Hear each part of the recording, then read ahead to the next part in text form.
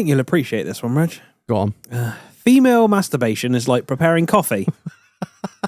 I don't even know the punchline and it's already funny. You can use your hand to grind the bean, but it's easier and faster to use a machine. Thanks, Angry Mick. Oh, mate, that's done me right in. Oh. Okay. I got the new Guitar Hero Kurt Cobain edition. It's all right. Controller's a bit weird. I have no idea how to play the shotgun. Oh. Go on, hit it.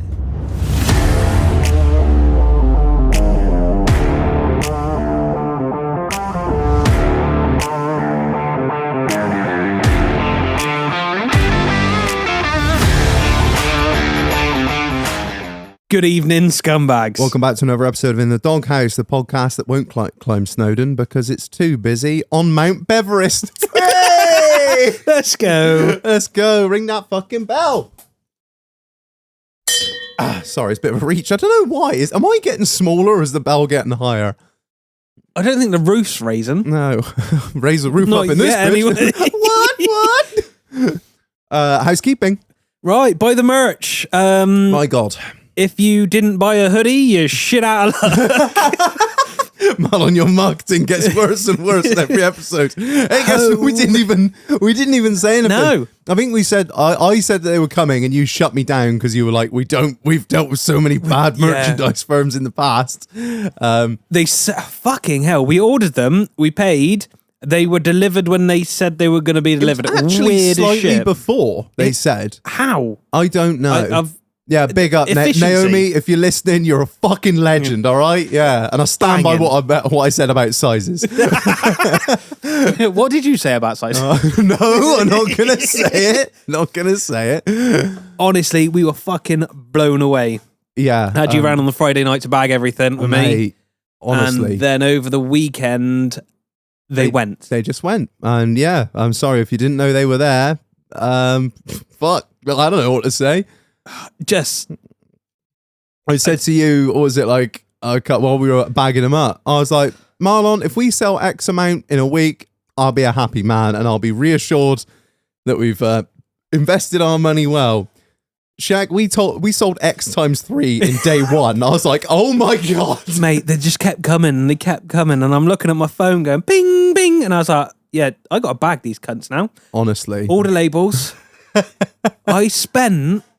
Mate, you should be 5 days. You should be putting a bill in, mate. 5 fucking days putting labels on shit. Thank you, everyone, for keeping Marlon out of mischief and off his ass for 5 days. Otherwise, I just sat in front of the TV. Yeah, guys, I hope you like them. We put a lot of time and it's just basically like, I don't know, I'm not going to bore you all to tears with like how we design stuff, but yeah, we went for like a totally different design and a totally different hoodie, which we think is just way, way better. The quality, the heaviness, like it is an incredible hoodie. The more time goes on, the more we learn about this kind of shit. And yeah, but we were over the moon with them, and we hope you are too. And massive shout out to everyone who bought one, you're fucking legends. And everyone that missed out, sorry, I don't know what to tell you. Get off your ass, be a bit quicker. Don't think, oh, I'll have a look at that tomorrow. Motherfucker, they be gone. They be gone. Yeah. So yeah, that was fucking... So get on the website, buy one of about 7 hoodies left. Yeah. Buy the t-shirts. New air fresheners are coming. Bash. New lanyards. Yeah, new key rings at some point when they turn up.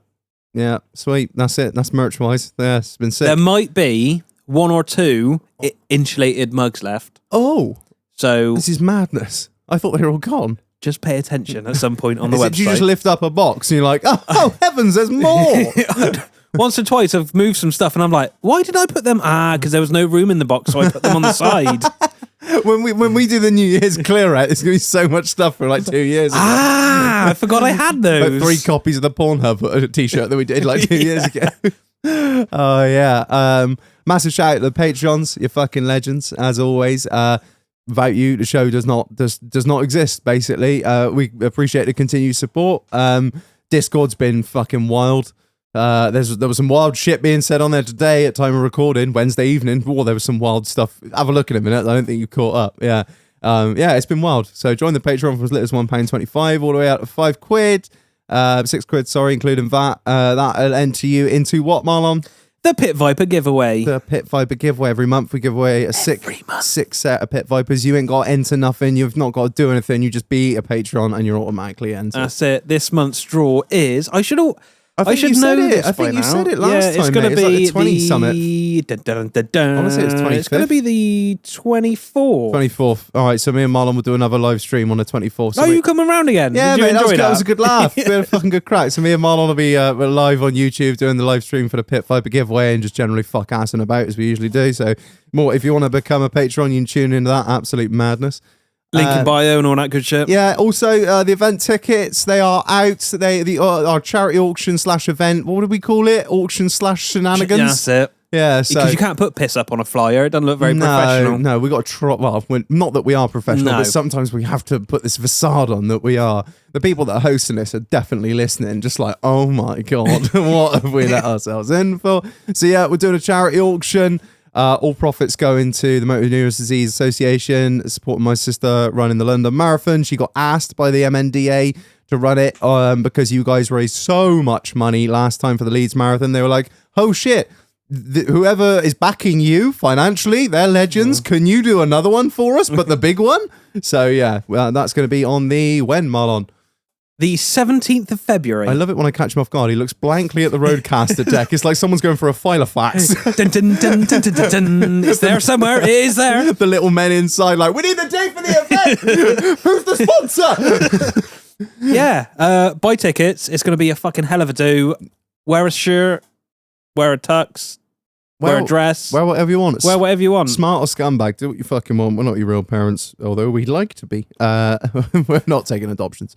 Yeah, no, I'd drown you at birth. Oh, Jesus. Yeah, so come along to that. It'd be sick. And finally, a massive shout out to our sponsor of this episode, ORLEIGH Fox. Marlon, I've banged on this drum a lot, but I'm gonna fucking bang it once more for the homeboys out there. Look, we know our demographic. You guys, a lot of you are striking out on your own, setting up your own businesses, got a little side hustle going and all that shit. That's great. You are probably the best or one of the best or just in general really fucking good at what you do, right? But the one thing I can probably guarantee you is if this is your first swing at striking out on by yourself is you probably have a handle maybe on your accounts, but when it comes to taxes, end of year, VAT, self-assessment, all this stuff, if you just follow some online course or you just attempt to do something in Xero or even worse, let your mate who reckons he knows what he's doing with numbers or nah. What you need is to get yourself a good accountant. A good accountant is probably going to save you what he costs you and more.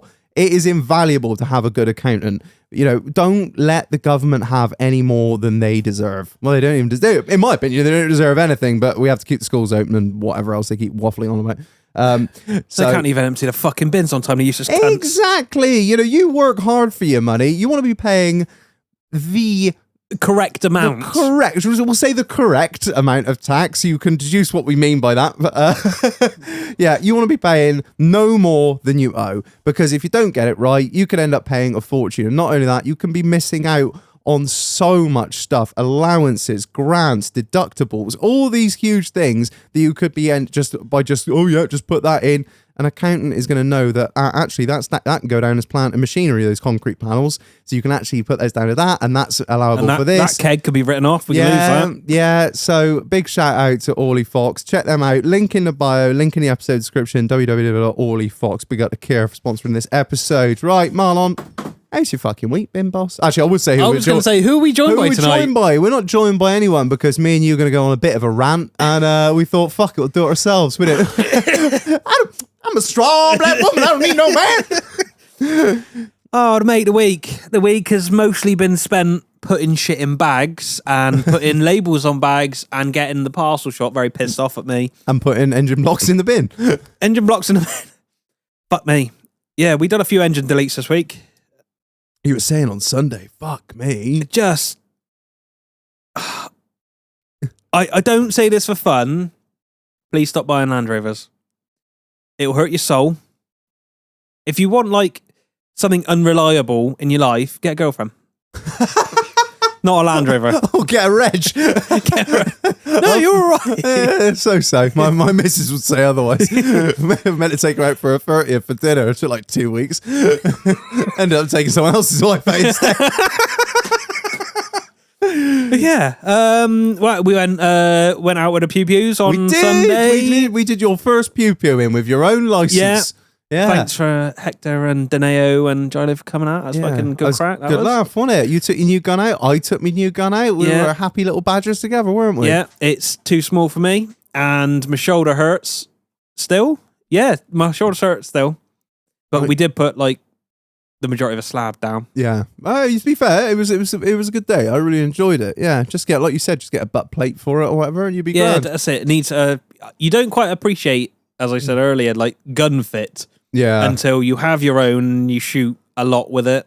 Did you find anything in the Holtz auction that got your eye? Not really. Actually, you don't want to say it on air because some fucker will outbid you. Listening, the bastards. I saw that you sent me that 525. 525 or 425? Oh, was I can't remember now. You sent me that Browning. Yeah. And then I was like, I'll go to Chief Gun Inspector. Yeah. Sent it to Ryan. Ryan was like, no, it's got a crack, Scott. See, I did exactly the same. I found a nice Browning GTI that I wanted because I know them to be really good workhorses. The men up shooting ground literally use them as tuition guns forever and a day. Saw one on there. It was the only sort of wood gun that's ever taken me fancy, and I know it's a good workhorse. And it was quite old as well, so I knew it had already been through the wars, so I wasn't too worried about beating it up a bit. It was in 1989, and I was like, fuck, that's cheap.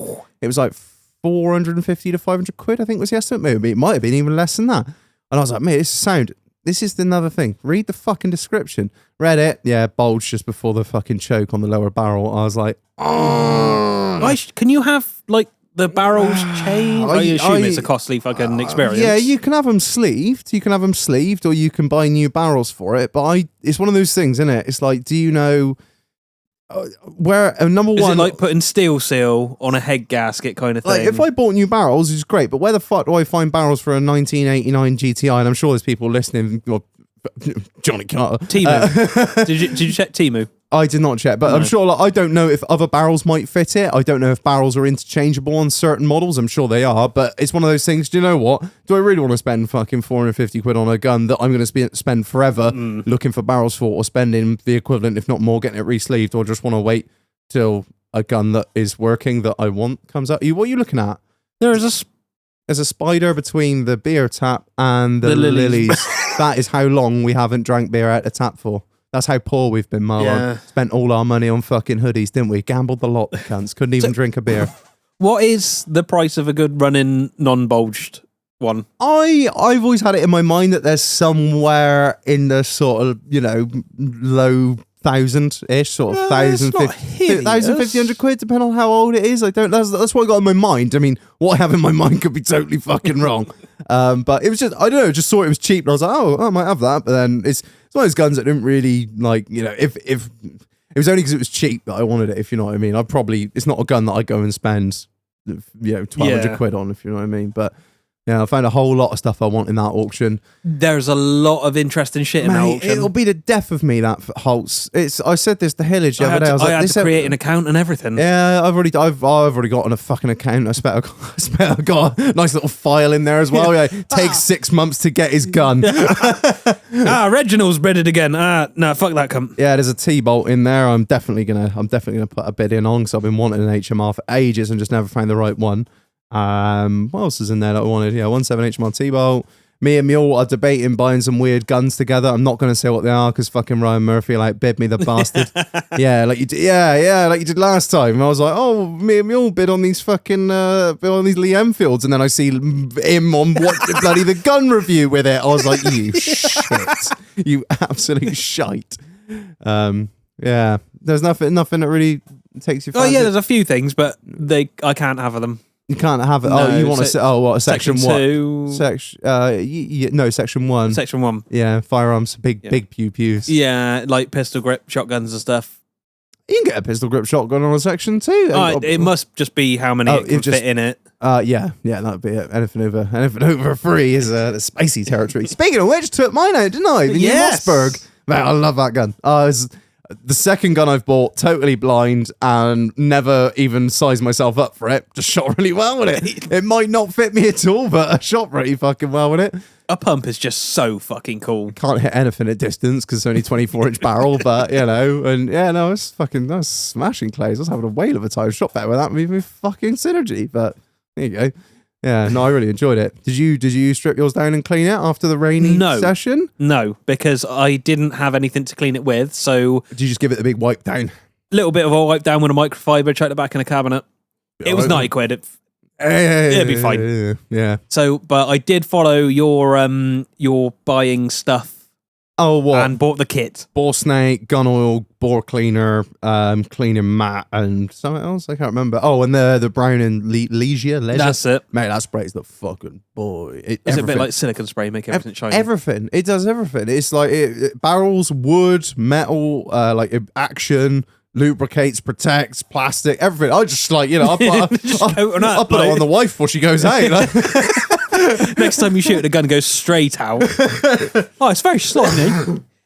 No, it's good stuff. It's not fucking cheap, but it's really good spray. You're gonna have to give me like a little one-to-one tuition on down. What the fuck do I do with it? How do I clean it properly? Well, to be fair, like when I've had my hat sound for God knows how long, like I know how to strip that thing down and clean it. That's not a problem. When it comes to stripping down the Mossberg, it's like, oh, that thing's like full mil spec. When you take it apart, it comes apart like big time. Oh yeah, everything's changeable. Everything comes out. You got like usually I unscrew the lower barrel on the hat sound, you just pull the barrel out, and then like it comes out with the bolt carrier group, not the bolt carrier group, with the bolt carrier in it. And on the Mossberg, you got to take the fucking trigger out. You got like, everything comes out. Did you get Fruit Art round to give you like a?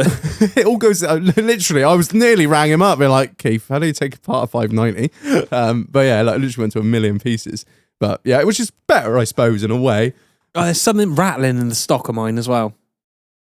Oh, lead. I don't know. I don't know. I haven't really looked at it.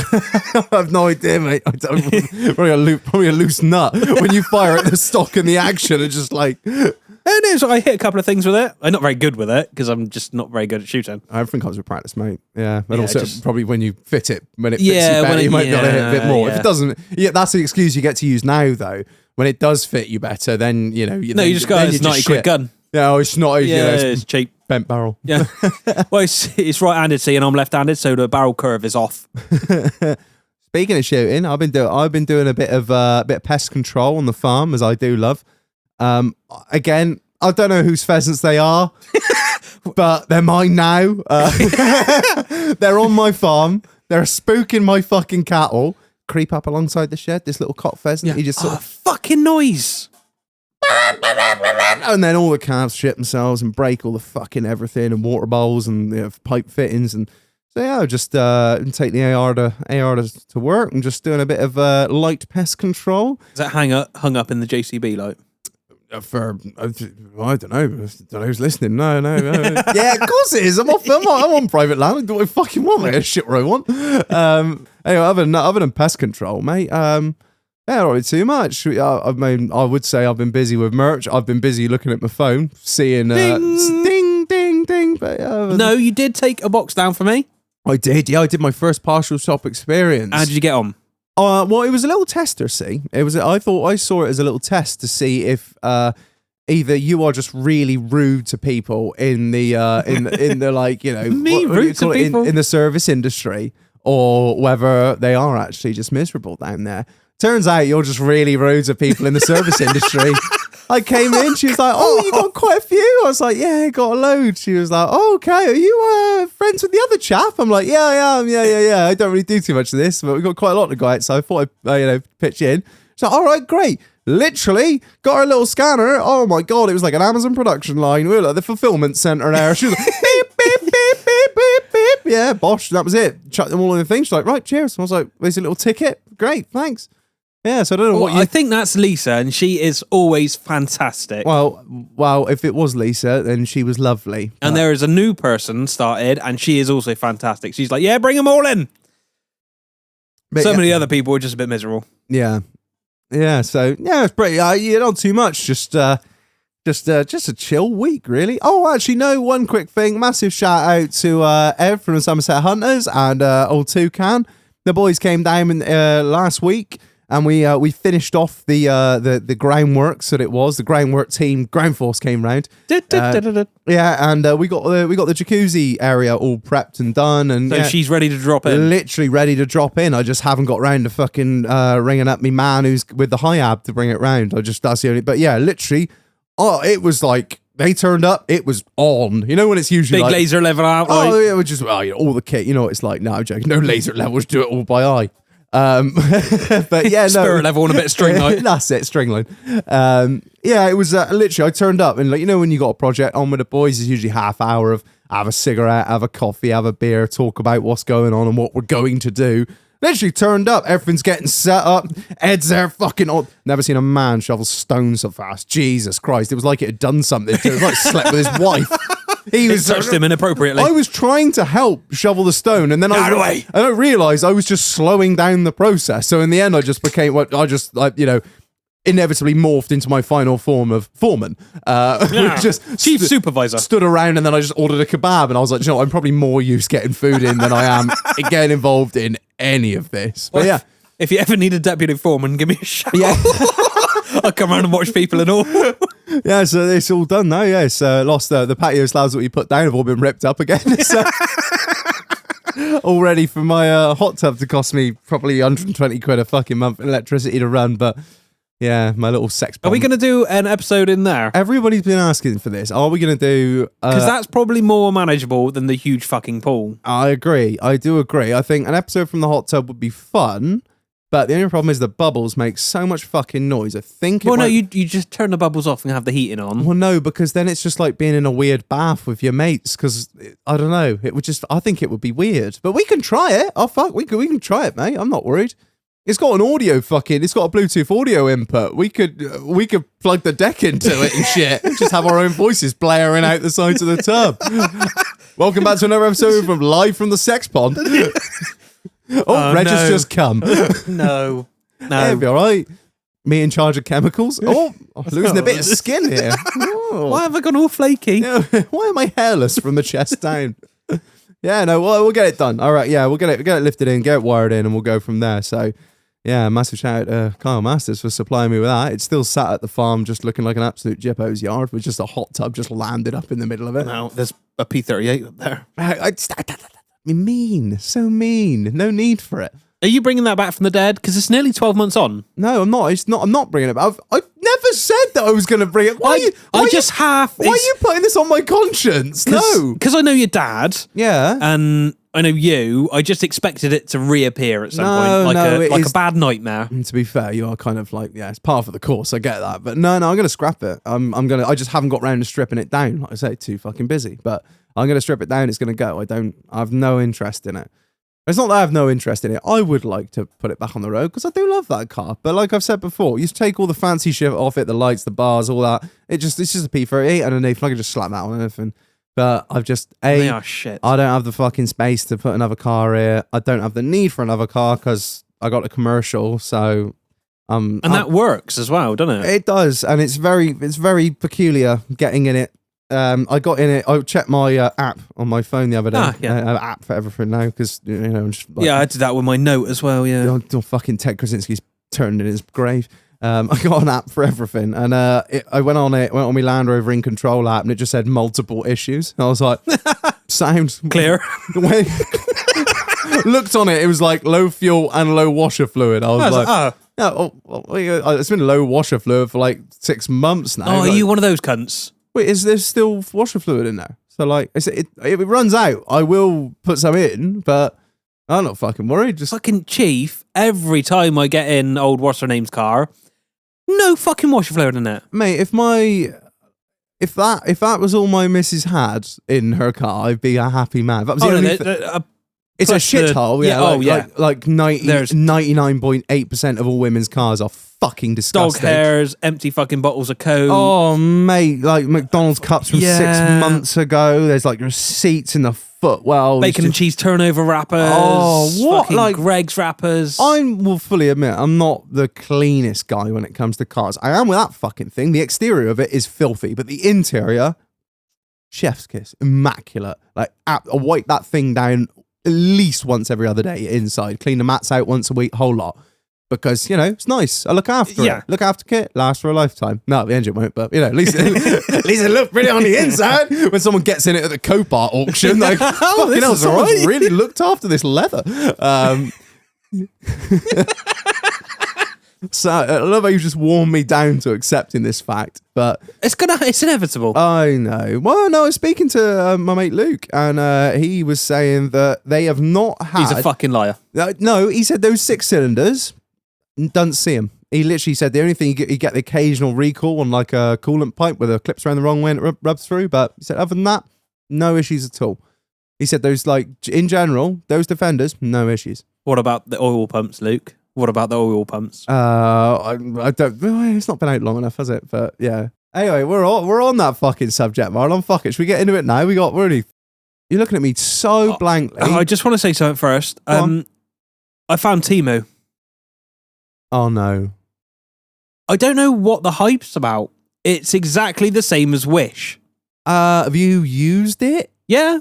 Have you still got all your credit card details and that? Paid through PayPal, mate.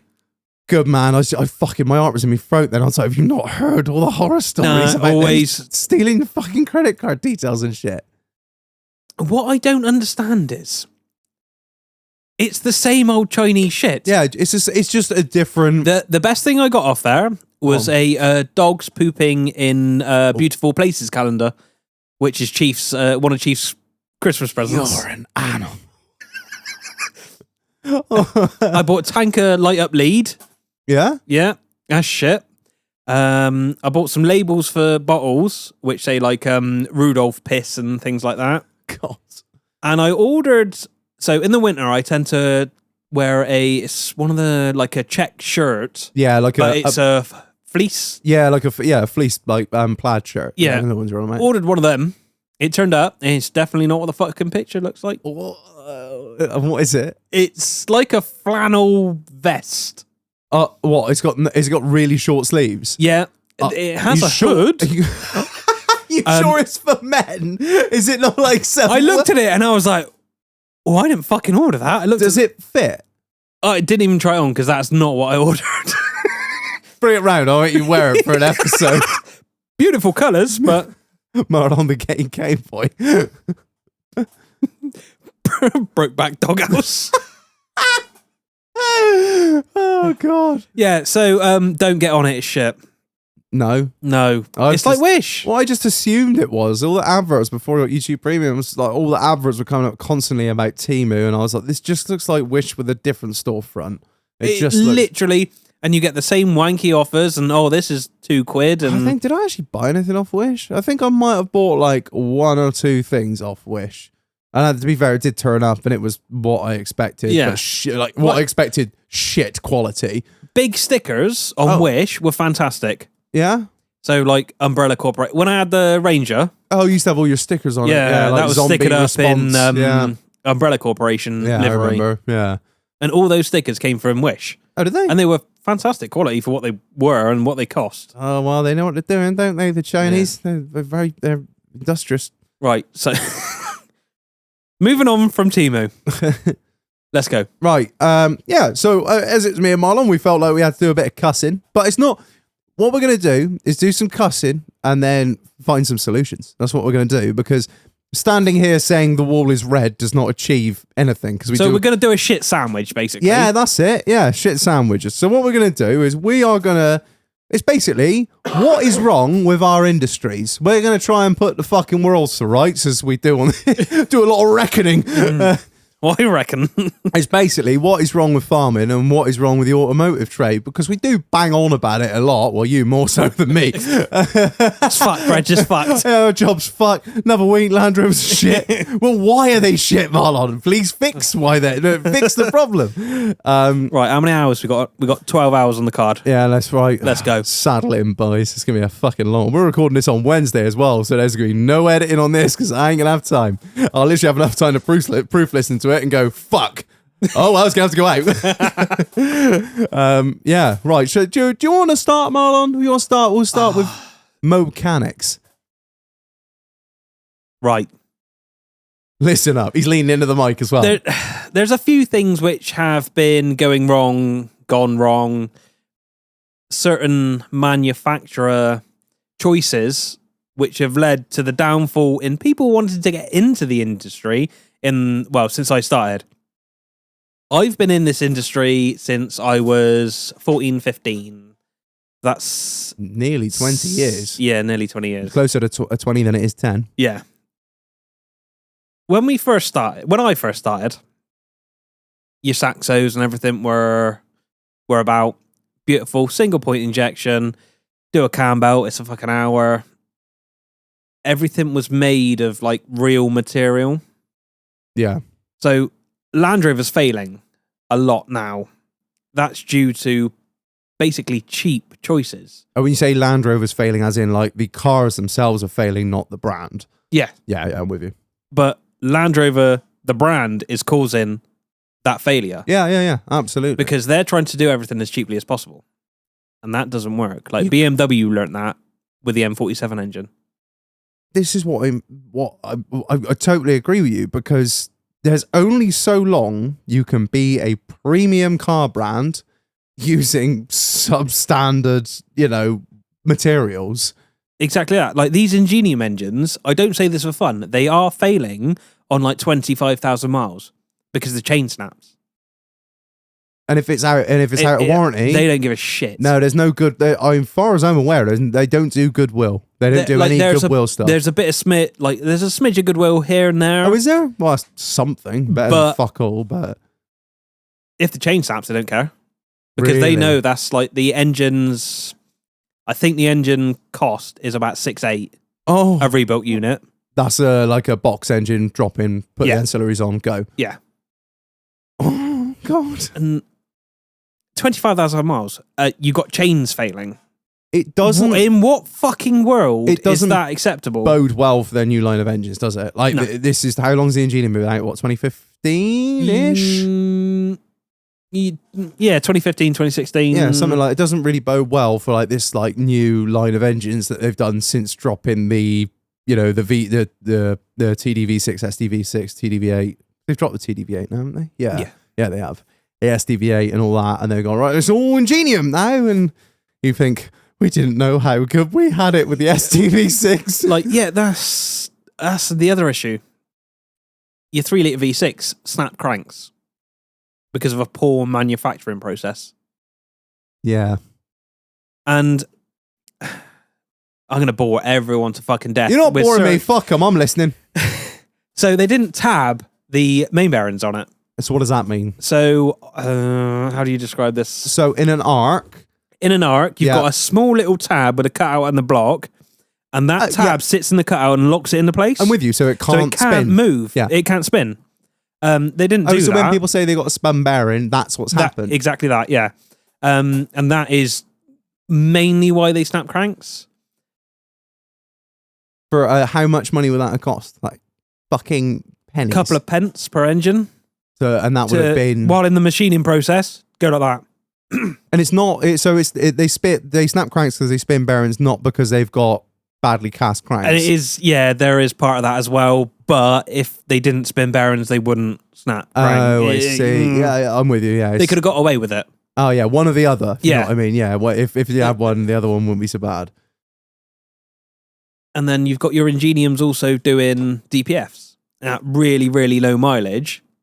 Why is that? They're trying to make it cheap. So they've made it cheap, and it runs quite hot. So they crack and disintegrate. Oh, the DPFs are cracking? Yeah. They are literally... the body of it or the internals? The internals of it. It's honeycomb. Yeah, I've seen them. They're weird as fuck, aren't they? It gets too hot, it cracks, and then it'll block your low-flow EGR filter. Ah. And like, that's a $2,000 bill. And you get in, like, it's like, like, I'm sure everyone's like, I know someone that will pass out for MOT, but they're cracking down on that big time. Yeah, like even if there's any signs of like modification, modification or cert, they're like fail. Yeah. Yeah. You can, the way things are going, you can't hide that shit anymore. No. You can in certain scenarios where you've got like an undertray, because you're not allowed to take undertrays off, but then you've got soot at the tailpipe, and when you rev it, there's a little bit of soot coming out. Any switched on MOT tester with anything about them will fail that. Yeah. a new DPF for a 2-litre Ingenium is 1,100 quid plus a VAT. It's just like, it's terrifying. I've said it before. I would not buy that car secondhand. It hasn't been out. Number one, it hasn't been out long enough. Number two, the track record, it's not been out long enough to see what it's like, high mileage. Number two, looking at everything else out there at the moment that they're making, fucking terrifies me. I wouldn't even entertain unless it had fucking bumper to bumper from a dealership. Yeah, because your AA warranties, your RAC warranties, half of them ain't worth shit. No, there's like, speaking of Mule and a few others, there are a few good warranty companies out there, but most of them are dog shit and they won't cover fuck all. So like, if you're buying from what are those pricks that Black Horse, no. Warranty wise, no.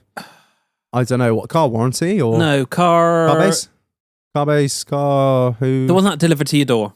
Oh God, yeah. Switch, no. Cinch. That's it. Yeah. Cinch. Their warranty is pretty good. Is it? We've had a couple in with Ingeniums, funnily enough. Well, for a startup used car dealership, like they've got to be. Their warranties are legit. So we've claimed chains, DPFs. Like, even Land Rover won't warrant a DPF out of warranty. Really? And they will? And they will. Fucking hell. Because it's a known problem. And they're like, kind of, oh, okay. Oil leaks on the Ingeniums as well. Like, the rear main fails. No. And while you're in there doing the rear main, you just as well pull the cover off and do the fucking chain. Yeah. Is there an uprated chain that they're doing, or you can buy? No, it's been superseded by Land Rover. Oh, so they've already repaired it. Yeah. And you always know with Land Rover if something goes wrong a lot, because you go into their lookup and you click on the part and there's like 10 supercisions. So like the Ingenium again, DPF pressure sensor that monitors the pressure between the front and the back of the DPF and tells the ECU what it's doing. I want to say there's probably 15 supercisions on that cunt. But that's Land Rover. Not being funny, right? And not being funny. To put this in like layman's terms, like not even layman's terms, but put that in our world, right? Say we make a hoodie, right? And then we do 15 different versions of it that are slightly better, where like the pockets don't blow out, or the fucking hood falls off, or I don't know, like what? Like, it just like it splits in the middle like a stripper's hoodie. It's unreal. Whereas, go back to when I started, you had nothing like this. No, you didn't get like. It was already a 5-year-old car, and it was just like, what does it need? Oil and filter. Yeah, literally. Those 306s go on forever. Yeah. I had 4 or 5 of them. That's because I kept winding the boost up and lifting the heads off them, and then you scrap it, buy another one. But the Colt I had, I dicked around with that a lot. It was running 200 and something by the end I finished it. One forged, was it? No. But no problems. If you map one of these Ingeniums, that cunt's going to go bang, mate, real quick. I saw somebody, you know when you used to see the old sports, like, between like 320s. Yeah, between 05 and 12, is it? I can't remember. The nice shape. Yeah, like the nice shape.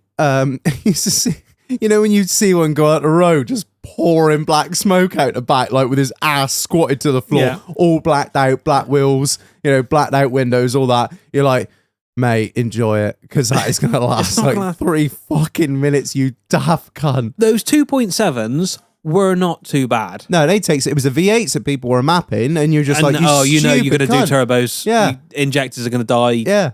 And they just sit pouring black smoke out the back like some fucking bad man from Norton. You're like, shag, you bought it for $3,000. It's going to be dead in 4 days. It's clapped. Yeah, my mate come down. I've had it mapped stage 2. And I'm like, you don't even know what that means. You don't even know what any of those words you've just said means. Yeah, it's fast as fuck, boy. Fast as fuck, boy. Until it's not.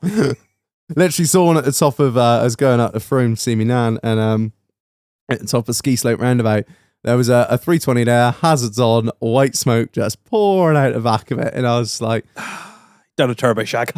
Would you say, right, when you were just saying at the start then about when you first got into like mechanics, you were like on about Saxos and that. But do you think that was like the golden age for us?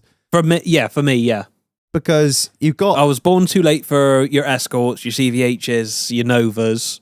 Yeah, but like do you not think that's like the perfect crossover? Because you've got OBD, you've got a diagnostic port, which you've got injection.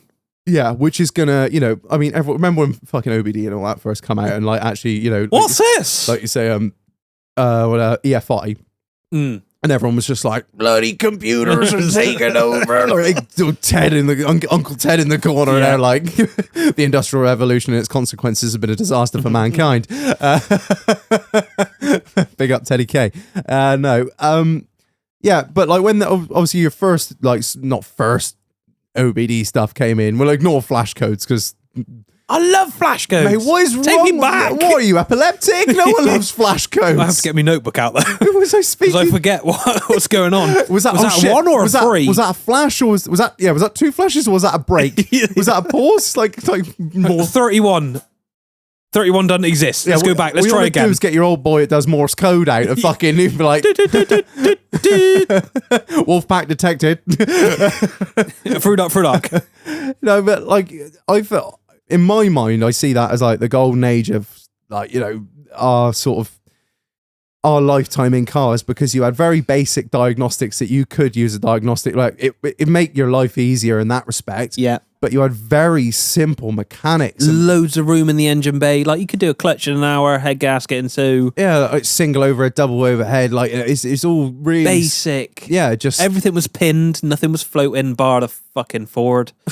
But like stuff like that, it just seemed like anyone could have a go at it. If you had the balls to do it, you could just have a crack at it, and 80% of the time you probably get it right. And if you didn't get it right, it's pretty hard to fuck up, if you know what I mean. Yeah, so like your Saxo cam belt, for instance, I want to say it was an 8mm drill bit to lock the cam, and then a 4 or 5 to lock the crank. Yeah, remember when we worked on my fucking Freelander trying to time that fuel pump? It was like, well, we'll get this drill bit and wedge that in there, and we'll just fucking advance the time in like half a tooth or whatever, and it was just like perfect. Yeah, that was all. Was it flash codes? No, it had OBD1. Yes. Yeah, that I could not find out how in God's name to talk to it. It doesn't really work very well. It didn't need it. It was just a waste of fucking time.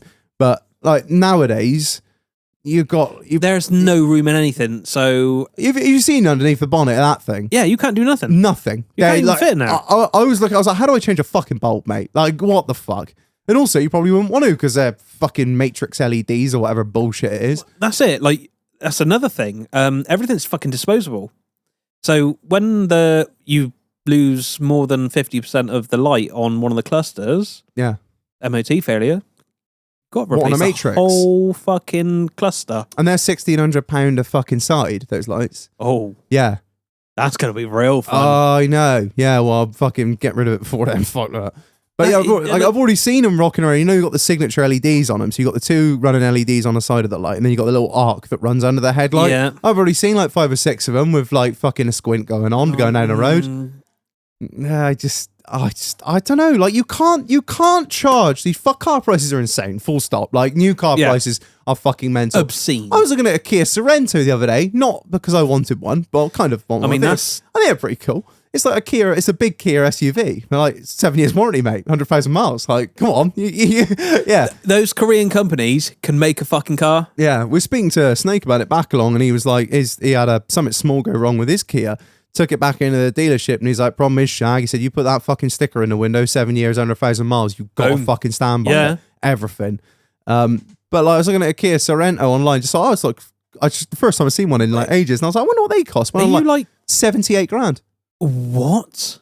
They get like the top spec for a like Kia. A top spec one, 78 grand for a Kia Sorento. A Kia. How mental is that, mate? Look at prices for anything. We're looking at a fucking. I have not looked at new car prices because, I can't afford it. Not interested. She said she'd like to look at a T-Rox the other day. I was like, just out of interest on a dog walk, see what they cost. Like a fucking an R version. Oh, they're 100 grand. Oh no, a T-Rox. So like a VW. No, not that much. No, the little T-Rox. The little like mini SUV. Mini. Yeah, I got the AMROC in my head. Oh yeah, no. The T-Rox, that like mini crossover shit. Crossovers. That's 48 grand, Shag. It's a fucking tiny vehicle. It's 48 grand. It's like the It's like the Duke of the Or the VW. Q3. Q2 more like. Really. Oh. Yeah, well, I'm a little bit taller, but yeah.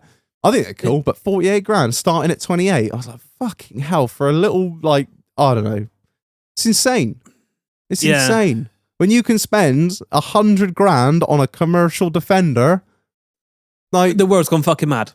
you can't. I don't know what they are new now. I know what we give for ours, but fuck me, I don't expect you can buy one for under 56 now. No, same as like the Transporters. It's a fucking Defender. Like what? Yeah. Oh, just 60 grand, and they like a decent one. Obscene. I just, back like fucking 5 years ago, when people were paying like 45 for a brand new R line, and we were like, fucking hell, that's crazy. You'd be fucking lucky to get one for that now. Yeah. I don't know. So what else is going wrong before we start fixing shit, Marlon? What else is going on with a motor trade and why They're it's wanked? overcomplicating everything. Why? And Why are they doing that? for emissions use. I think they're clever. Like everything, like even diesels run too hot now, in my opinion. Yeah. I reckon. Well, to be fair, you've actually, instead of me just doing reckoning about things I have no idea about, you've got nearly 20 years in the trade. So I think you're somewhat qualified to say. And like the petrols are running at 120, 130 degrees. Like water boils at 100, yeah? Yeah. So obviously it's under pressure. that's why we pressurized everything to a bar. Some of these things are being pressurized to like bar and a half. Oh. Just so they don't boil. Fuck. Just to keep the fucking lid on. They're not going to last. That's not how... It's because everyone's pushing for efficiency and cleaner burning. The hotter it runs, the more efficient it actually is. Yeah, it's always a trade-off. Everything's a trade-off. Yeah, you get to a certain point and you start going downhill. Yeah, your efficiency's still good, but the longevity of the engine is no. Yeah, you're gaining in one respect, but you're going to lose in the other. But is it inbuilt redundancy? Is it like designed redundancy? So like design them to fail. Yeah. But the thing, as soon as they get just over the sweet spot of where they think they're okay to run, which I don't think they're okay to run at that point, as soon as they get over that point, they're done.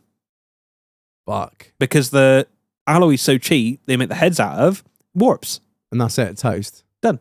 Can't skim them because the combustion ratio is so high to begin with. Oh, you can't. That's why they're running so hot. Oh, you can't. There's no tolerance there. No, not like you can't. Not the old 306s you could do. Give the head 6 skims, he'd still be all right. The Saxos. I think my first fucking Saxo, I must have skimmed the head 4 or 5 times.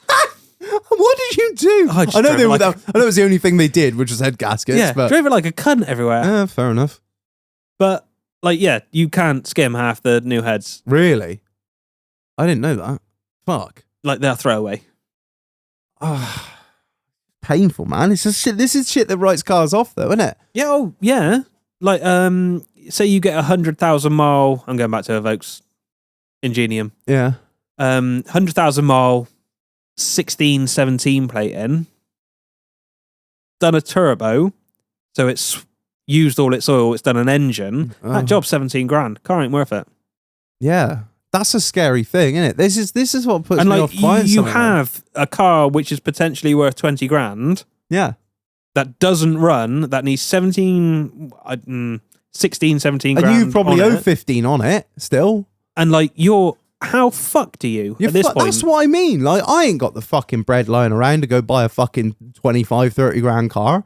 So that, like, but so I'll have to finance it if I do buy one. So then I'm financing a second-hand car that's got minimal to fucking no warranty if I'm not buying it at a main dealer. You've got a 3 months fucking car-based warranty. If I'm not buying it, isn't worth a wank. If you're not buying it approved used with a year's warranty, if you're buying it out of some fucking second-hand car base, like you say, if that goes fucking bang, you're fucked. You're fucked because you either have to take out another loan to fucking repair the cunt at you say 17 fucking grand, or you just go, oh fuck, I'll put it in a car auction and see if I can get 6-7 grand for it.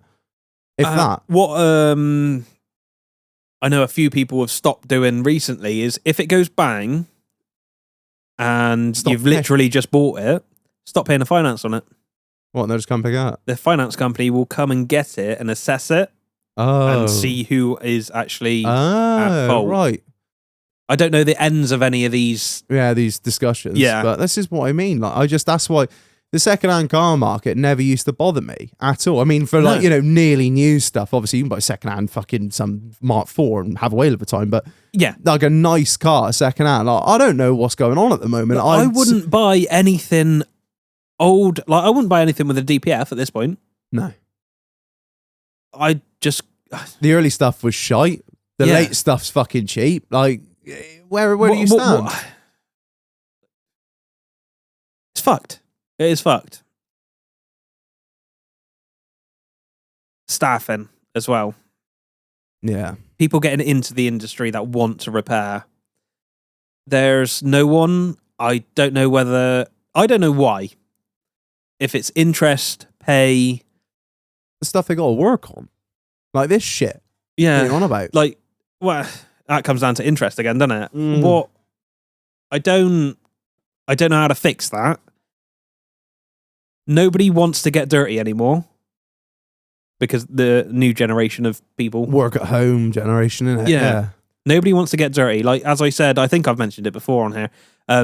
Our local college had no one enroll in an apprenticeship, a mechanics apprenticeship this year. That's mental. When I didn't do an apprenticeship, I did a 2-year college course and had basically 3 days at college, 2 days I found a job in a garage. I didn't have to do that. That's what I wanted to do. Yeah. Whereas I can, in my head, fathom why there were no... Surely there's still people that like cars out there. I think there is. I think there's a lot of people that like cars out there, but you know, it's a tough one, isn't it? Do you go working an independent like yourself and work on all the shit that, you know, is out of warranty that's fucked and is really complicated to fix?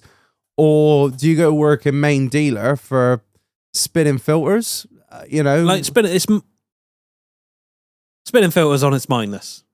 There's no... Like, I couldn't do it. I like shit which challenges me. I like things which other people can't fix.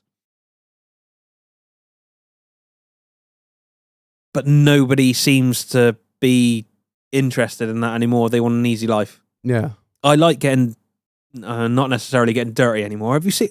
I had to do a fucking ace delete today What? on a Sport. What? Because That is a fucking disgustingly stinky and filthy job.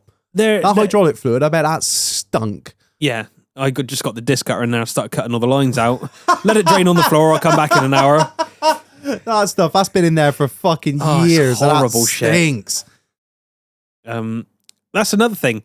So, like, Ace is active roll. Yeah. So you've got 2 hydraulic bars with hydraulic lines and a hydraulic pump running front to back. Yeah. It's basically pushing the car the opposite way you are in the Yeah, corner. it makes it smoother. Yeah. They weren't on the discos, it was on the sports. Yeah.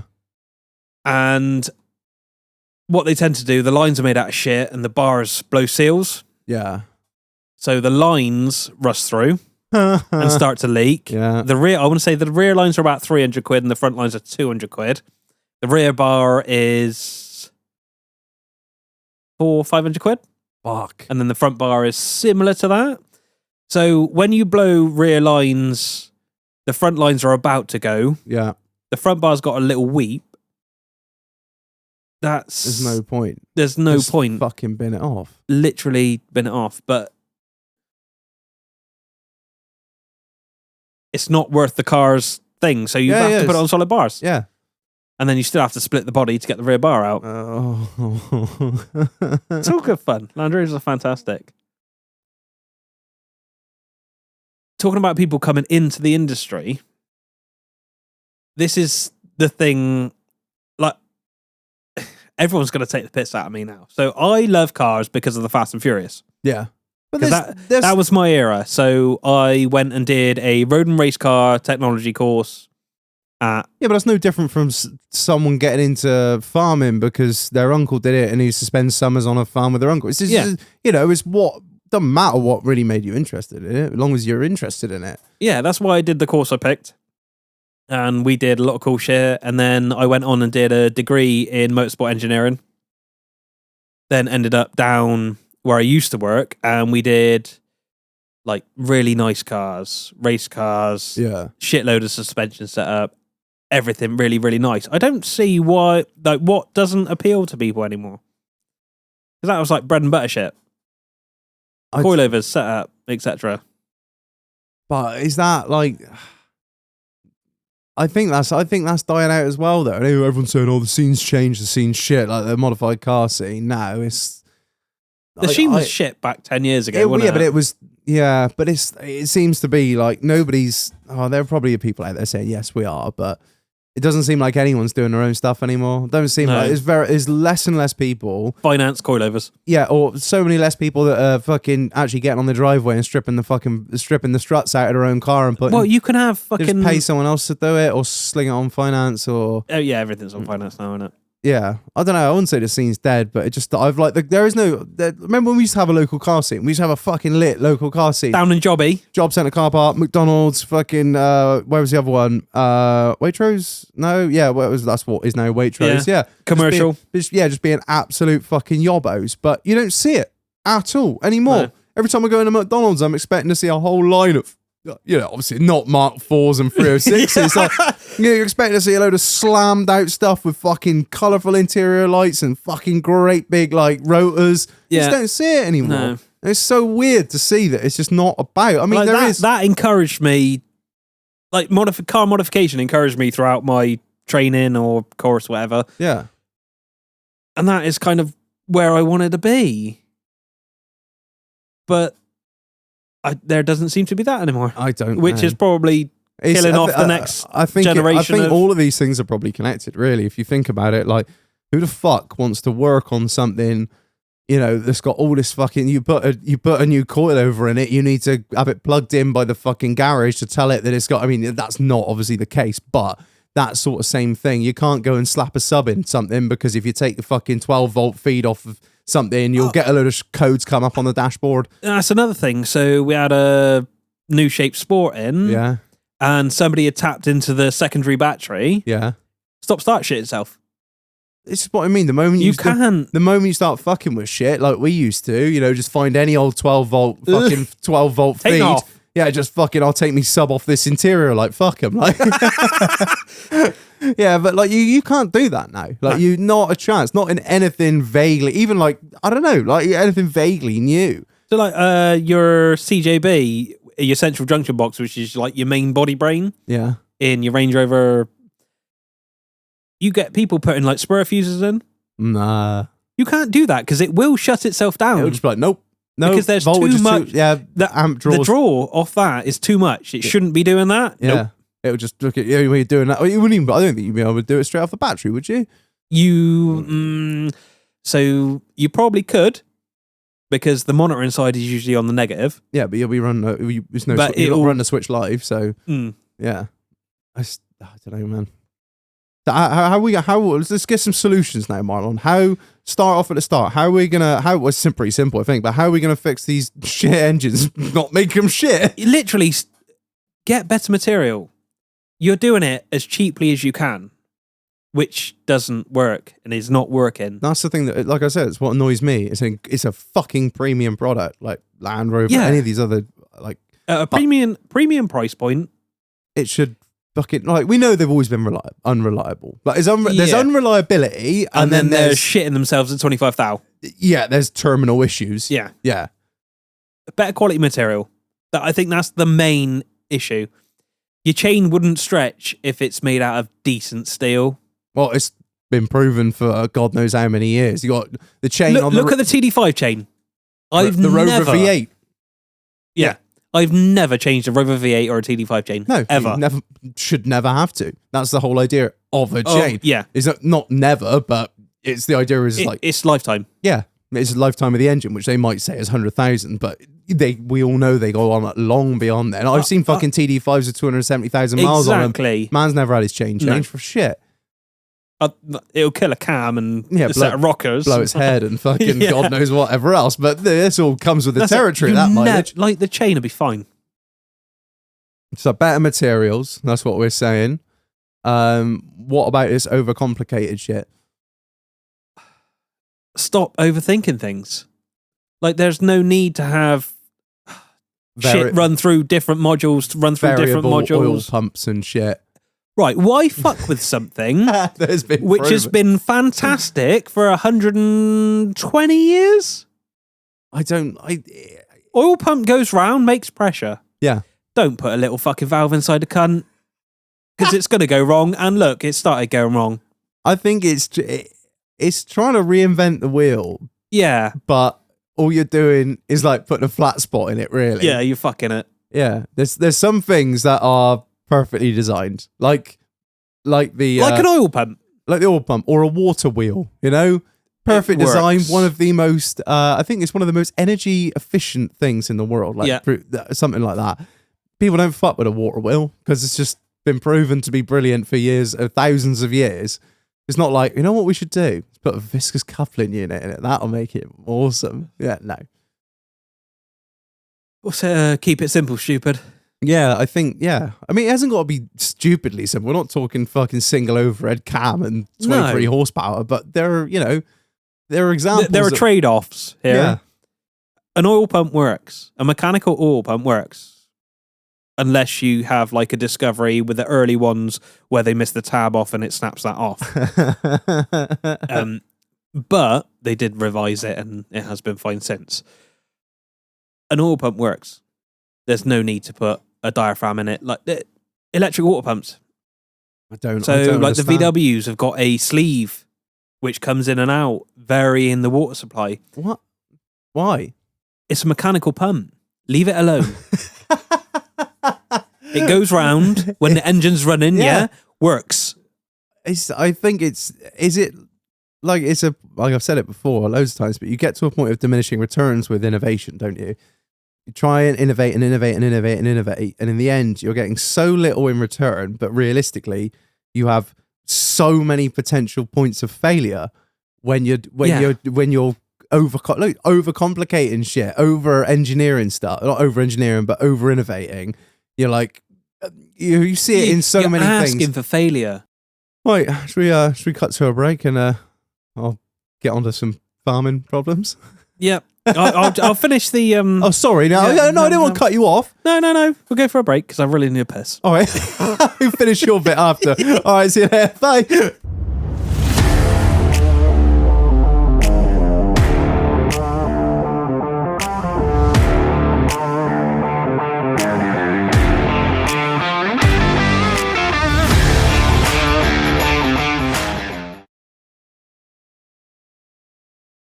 And we're back. But before we get into Drink of the Week, a massive shout out to the sponsor of this episode, ORLEIGH Fox. Right, listen up. Business owners, self-employed people, tax dodgers. General scumbags. I love how Kieran's past the point of Karen at this point. He's like, just say what you want. I don't know, just say I could drive you to the moon if you want. Yeah, if you've got an accountant, can you get a hold of them? Probably not. Yeah, can you get hold of them? And when you do, are they in any way helpful? And half the time they charge you as well, don't they, for an email? Do they get back to you in a timely manner with the information that you've requested? Do you have any idea how hard it is to buy a house when you're self-employed with not enough books? Which is pretty fucking hard, right? Do you know what the stress that you don't need on top of that is trying to fucking contact your accountant to supply you with all the right documents. And they don't really care about because you, because street mortgages, big up street mortgages, street mortgages about you saying that they definitely need those documents pretty sharpish, and your fucking accountant is holding up the entire fucking process by not getting shit done in time. They're not related to the solicitors, are they? Yeah, exactly. There's enough slow things buying a house, or when it comes to just in general, getting hold of your accountant for anything can be an absolute struggle, which shouldn't be the case because you're generally paying them quite a fair fee at the end of the year for all of this. Again, all of them shouldn't be a problem. You will not have this problem with ORLEIGH Fox. They are always within a phone call away, an email away, whatever. It couldn't be easier to switch from your current useless. I know there's people listening. I've just described this situation and they're like, fuck me, you're right. Yeah, fucking hell, Reg is right, see? Couldn't be easier to switch accounts. It's not even a hard process. You just email them and just say, Kieran over at Orley Fox will be taking care of my account over my financial things and other terms that I don't understand. Just email them and just say Kieran at Orley Fox will be taking things over from here, and that's it. It hasn't got to be an awkward conversation. It hasn't got to be like, well, I've known him for years. No, if he ain't cutting the mustard, fuck him off. Orley Fox is the accountancy for you. They take great care of you, and 90% of the time, Kieran will go out for a pint with you to discuss everything. Just a top bloke. Yeah, I can't say good enough. I can't say enough about them. So big shout out to Orley Fox for sponsoring this episode. Check them out. Link in the description, link in the bio, and www.orleyfox.co.uk. Right, Marlon, drink of the week. What we got? So we have Lamb's Spiced Rum. Yeah, Lamb's. Oh, the Caribbean spiced rum. The Caribbean spiced rum. And this was given to us at a truck show by Shepton Truck Show by Cam Davey. Thank you very much, sir, for supplying us with with what you hadn't drank from the weekend. We get a lot of that nowadays. Well, I didn't finish this, so you boys can have it for drink of the week. Yeah. So, without any further ado, Marlon, can you please read the marketing bullshit? One of the many obstacles Alfred Lamb faced on his quest to find the Caribbean spirit was the serpent. But who could blame the serpent for protecting the sweet vanilla, cinnamon, subtle ginger spiced flavors? I like it. Who could blame the serpent? I like that. Yeah, that's it. That's good. It. Smells incredible. It does smell good. I'm not a big rum man. I've said that before, but no, it's like insta heartburn. It is. So yeah. Cheers. Oh, that was stronger than I thought it would be. But that vanilla is on point. Fuck me, that is good. That's really good, actually. Stronger. It's very heartburny. I'll be honest, Cam. I thought you'd stitched us initially because I smelled it and I said to Mark, I said, "It tight cunts, but Coke in here, I reckon. It smells like fucking Coke." I thought it was a 50-50 mix, but. The throat burn would would tell you otherwise. Yeah, that's actually really nice. That's very nice. Quite sweet. Yeah, quite sweet. Quite sweet for a rum. What percentage is it? It's on the back somewhere, shouldn't it? 30. 30. I didn't think it was 40. What are you thinking? A lot going on there. A lot going on. A big flavour profile, my man. The vanilla, I love vanilla. Yeah. And that comes through very, very strong. Very strong, yeah. There's something else there. I don't know what it is. I've tasted it before, but I can't put... There's also heartburn there. Is that a caramelly taste? Yeah. Like, it's a very sweet vanilla caramelly. It's good. I like it. It's quite a sweet rum. It's sweeter than that discarded that Mule bought round, wasn't it? That banana rum he had. Yeah. I tell you what, I bet that in Coke is fucking an all-nighter, that is. Yeah, I bet you get more fucked up on that than you realise as well. Yeah. That's really good. I wasn't expecting that from Lambs, because Lambs has always been the traditional Navy rum. And we've done it for years and we'll never change. But that's it. That's really That's good. all right. Yeah. I think I'm at about a 4. I tell you what, coming up to Christmas now, Marlon, we're going to have to get the fucking Bailey selection in, aren't we? We're going to have to get the whole fucking lot. Whole selection. Yeah, we'll have the full Christmas spec. The Drambuie in. We could just sit here eating a fucking Christmas pudding. Like, set the Christmas pudding on fire with a Drambuie. So what are we thinking on the Lamb's Caribbean Spice Rum then? I'm at 4.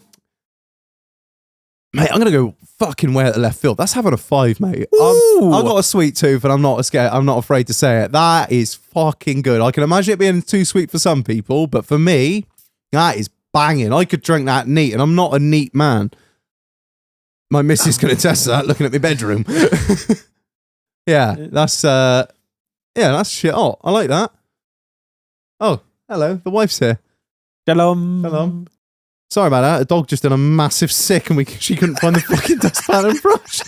Whenever she comes in and interrupts a recording, it's either really important or really unimportant. And on the scale of importantness, I put that down pretty low. Yeah. Just fucking paper towel the shit, just man put a towel over it, move on. Hide it. Put them out outside. Oh shit, you got carpet in your Yeah, no, there's a doormat in there from the French doors. So it's just cut the carpet out. It's not even that, it's just done it on the doormat. So just put the doormat outside. I would just lift up the doormat, hose it off, leave it outside, dry, whatever. Yeah. Like fucking game over. I don't know. Yeah, let's get back to drink of the week. What we saying? Well, you said a 4, I said a 5. We'll give that a 4 then. I'm very impressed. Thank you, Cam, for giving that. Oh, that last little bit hit me different. Sorry. Thank you, Cam, for sending that in, mate. We appreciate it. If anyone's got any Jameson's Orange, I really want to try that. And we've spent all the money. No, I'm joking. Hey, wants to send us some Jameson's Orange just to be nice for a little Christmas treat. We'd appreciate it. Right. Sorry, Marlon, I cut you off. How else are we going to fix it? How else? Fuck off. I'm trying to get better. This is the next bit. I don't know how to fix getting people into the industry, because if I looked at the industry now, I would have tried harder at school. This is what I was going to ask you, was if you were to start now, would you even attempt it? No. Would you even look at it? No. I'll be honest, I wouldn't want to get, I mean, I'm not a mechanic, but if I'm looking at it now to looking at it then, it seemed way more appealing then than it does now. Yeah. Like, we could make shit fast and have not too many consequences, and whereas now you make shit fast, it blows up, and you can't get it through an MOT. There is no plus points. You don't get paid well. I mean, you're getting paid better because there's such a lack of people out there. And like, the higher up you get, the better you do get paid. But you've also got the stress in there. Like, you leave a wheel loose, you kill someone, you're done. I don't know the answer to this, because I said, looking forward now, I wouldn't want to be in this trade, which I'm in. And sad almost, isn't it? Well, it is not almost about it. It is sad. Like, half the time, Tesco's delivery driver seems more appealing, if I'm honest. You keep threatening it, mate. You keep threatening it. At one point, I'm going to go, you know what? Fuck this. I know it's going to happen. It is Sorry, gonna Marjorie, happen. got some substitutes in this one. Just give your baked beans have got sausages in, all right, love? I've traded your cashews. One of the sausages is mine. It's fucked. It is fucked, and it has been going downhill for the last nearly 20 years. There is no right answer. I don't know what to do. I don't think I'm going to be in this forever. No. Yeah, you can't see the longevity in it, or no, because you're getting electrical problems, which you can easily spend 3 days on an electrical problem, and then at the end of it, the customer doesn't understand why the bill is so massive. Yeah, well, it's just electrical fault. You just had to change that part. Like, yeah, but it took me days to find out that. That's it. You got slight high resistance on a wire. Like, half the time now, I don't even bother chasing the wire. I run a new wire. Really, it's just easier. Yeah, and it's done, and the bill's smaller, and nobody wants to pay for fucking, because they don't understand how much time and research and knowledge goes into shit. Like with a lot of other trades, it's not knowing. What was that little thing? It's knowing where to hit. Yeah, that's it. It's not. You're not getting charged for the man tapping it with the hammer. You're getting charged for the 50 years of experience he has to know where to tap. Yeah. Nobody wants to pay for that anymore. No, but that's people don't. That's the thing. People don't see it. Like, people like to see £1,200. People like to see stuff, don't they? They like to see this has failed. This is that. Like you, I think you and Mule spoke about it before. The best thing is to show the person the broken part. Yeah.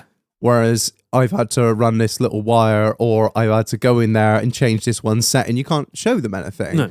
And if you say I've had to change this small part and it's cost you 1,200 quid in labour, or 900 quid in labour to get to the fucking thing and diagnose it, and the part was 300 quid, like, when you show them that and show them a fucking £2,500 bill, they're going to be like, I mean, I'm exaggerating massively, but it doesn't really have the same effect. No. Whereas if they go, there's your dead engine and your car now runs, and here's your bill for £3,000, they're going to be like, oh, amazing, thank you, you're a lifesaver. I don't know what to.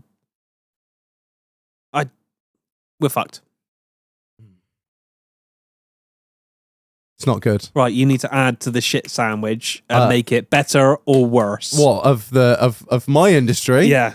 Okay. So yeah, farming, obviously, like, similar to you. I've been in farming my whole working life, and yeah, but I've been in it now, nearly 20 years, similar to you. Just like, but like since working life, like since 16. I sort of started doing so like quite a lot on the farm when I obviously first, when you leave school and you have that summer holiday between then and college, you really go out and get a job, like full work all the way through holidays and that. But yeah, I've sort of seen quite a lot, and I've seen a lot of change in not only the industry that we're in now, in beef farming and the pig industry. I saw probably more in that in the short time that I was in it than I have in the beef industry. But I don't know. I think I've got a decent perspective. First thing that really winds me up, and it came to mind first of all, was over legislation. Like, fuck me. It's just every fucking year there is a new set of rules. There's a new you have to abide by. Is this for red tractor or health and safety? NFU? Health and safety, I'll be honest, unless you're quite a large farm that employs a lot of people, health and safety kind of leave you alone, and they'll only come out if there's a big accident, if you know what I mean. And generally speaking, as long as you've ticked your boxes with your handler and all this stuff and everyone's got their tickets within reason, they kind of leave you alone, that's nice, because we don't, obviously I'm talking about the agricultural industry, which is way different to haulage, like the building industry, where they have fucking health and safety up the ass in these places. So risk report for everything. Just to step on the fucking... Exactly. We're kind of left alone. The first step of the ladder. I'd mainly say it's government legislation in the idea of, and it's not government, obviously Red Tractor isn't a government body, but you've got Red Tractor, you've got the Department of Rural, the Department of Environmental, Food and Rural Affairs, DEFRA. That is a five-letter acronym that strikes fear into the heart of every farmer, DEFRA. There's a load of other ministries and agencies that just every year, and I feel what it is that a lot of these employees that people that work there have to justify their own existence by dreaming up new stuff every year. Like the amount of stuff every year, me and my old man have to try and find time to, right, now this year we have to go around and do this, which is going to take 3 fucking days, going to cost X amount of money. And there is going to be no gain at the end of it, because it's just a made-up thing. And we look at it, it's just a box-ticking exercise. Yeah. Half the time it doesn't even fucking apply to us, because the man at the top has just blanket treated everyone with this, every farmer, every beef farmer, if you have cattle, regardless of whether you're a beef farmer doing a suckler, or you're a fucking flying dairy herd, or you're working a New Zealand system, block calving, or whether you're calf rearing, any of these things, they'll just blanket treat the lot of you with the same thing. And you're like, because the bloke at the top doesn't really know. This is the worst what's part. going on. The people, they don't know. You're right. Half the people that are making this legislation have no idea what they listen to all these fucking advisors, and all these advisors they've never fucking set foot on a farm. They've done a university degree, possibly maybe in agriculture, but probably in fisheries management or something. And then they've just gone, it's sort of within, in the rural industry. You're listening to these fucking advisors that don't know a damn thing about shit. I mean, there are obviously lots of legislation that makes complete sense, but there's a whole fucking book of it out there that you could just toss out. Over legislation really drives me up the wall, and it can create a huge amount of costs for people that just can't afford it. On the smaller scale? Yeah, literally. I see some of the bits of fucking legislation that come through, every year there's a new set of fucking rules that just creates more work, makes life more difficult. And by the time we get used to last year's rules, a new load come in. And the problem is it's always towards another objective. So it'll either be carbon footprint, or it'll be emissions, or it'll be nitrate in the soil, or it will be antibiotic use. And it's like, I get that a lot of these goals are good. And there's a lot, bring down antibiotic usage. I'm all for that. Make sure there's not too much nitrate in the soil. That's pretty good. We don't want to get in the water course. But fuck me if it don't make life hard. And some of it, you're just looking at it from a practical point of view. A, that is going to make no fucking difference, or very minimal. And B, it's going to cost a fortune. But your little bit of paper says that I have to do it. So guess what? I got to suck it up and do it. Otherwise, I either lose my Red Tractor stamp, or I'm going to lose a massive amount of my single farm payment. That's one of my main gripes. But my whole rant about this industry isn't just going to be about the government. As much as I hate them, this episode was actually going to be an anti-government rant by me about a government overreach, but I didn't have time to research all the stuff I wanted to research. Yeah. I'm gonna put a lot of blame on ourselves as an industry as well, because I think I can sit here and just cuss the government out all day, but if you can't have a little bit of self-reflection and look at yourselves as an industry, you know, you don't grow as much as you should, and also you can't just like blame everyone else for your problems. Yeah, I think another thing, obviously, a lack of representation from the union, and I'm getting onto the unions again. So you have a union? We do. It's called the National Farmers Union. I don't call it this, but I know a lot of people refer to the NFU as an acronym for no fucking use. Yeah. I was speaking to my dad about it today, actually, and he'd been speaking to someone else about it. And the problem is, Red Tractor is a kind of accreditation. It's an accreditation that you get on your like produce. So if like Red Tractor, a lot of supermarkets won't buy if it's not Red Tractor, because they have to show the customers that you're making stuff to a certain standard, right? The government will come up with some legislation, and the NFU and Red Tractor should be fighting for us. When the government turn around and go, we are going to do this, they should go, fuck off. Why? Show me the proof as to how this is going to make a difference. Show me how this is going to be logistical, affordable, and viable for every farmer out there. And really, what is it going to achieve long term? Have you got any proof to back this up? They just roll over and go, roll over. I'm sure the NFU have done a lot of good for a lot of people. The mutual side of it, the insurance side, NFU Mutual, fucking love them. Oh my God, best things in sliced bread. But they don't.